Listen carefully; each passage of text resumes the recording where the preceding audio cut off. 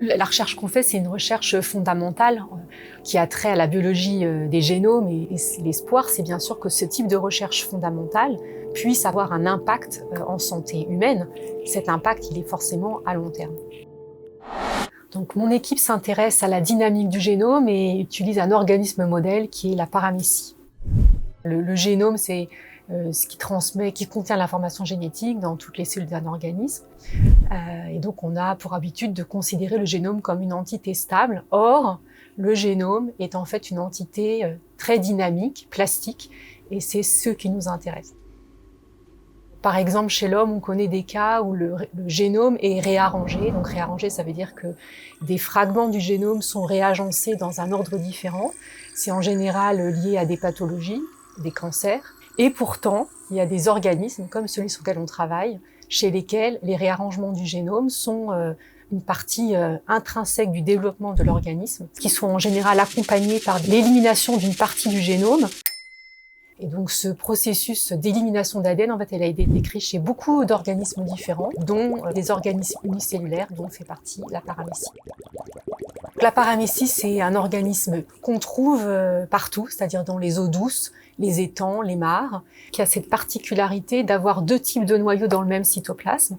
Elle a des micronoyaux qui contiennent le génome complet.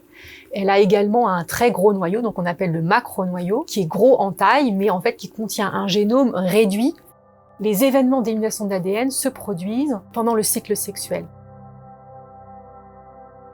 Donc la paramécie, on peut la cultiver en grand volume. On fait simplement croître, multiplier les cellules en utilisant un volume suffisant. On a développé en fait une technique innovante pour purifier le micronoyau, ce petit noyau qui était jusqu'à présent difficile à isoler en quantité suffisante, pour pouvoir extraire son ADN et séquencer pour la première fois le génome de cet organisme. Donc on a pu ainsi identifier l'ensemble des séquences qui sont éliminées chez cet organisme. Et ce qui nous intéresse également, c'est de comprendre par quel mécanisme ces séquences sont éliminées. Et donc on a récemment identifié en particulier un complexe protéique qui est important pour déposer au niveau des séquences qui sont éliminées des modifications d'histones, ces protéines qui sont associées à l'ADN et qui permettent de marquer les séquences qui sont éliminées. On a aussi montré que des petits ARN étaient requis pour pouvoir recruter ce complexe protéique qui dépose les modifications d'histones. La spécificité de séquences pour éliminer une région du génome et pas une autre est fournie en fait par ces petits ARN. La recherche qu'on fait sur la paramécie, sur la biologie des génomes avec la paramécie est une recherche qui est, je dirais, guidée par la curiosité. Donc je continue d'être passionnée par les questions auxquelles on cherche à répondre.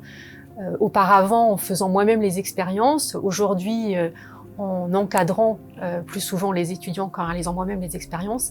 Et j'ai, je l'avoue, énormément de plaisir à cette partie du métier qui consiste à former des jeunes générations de chercheurs, ou en tout cas à les former à la recherche.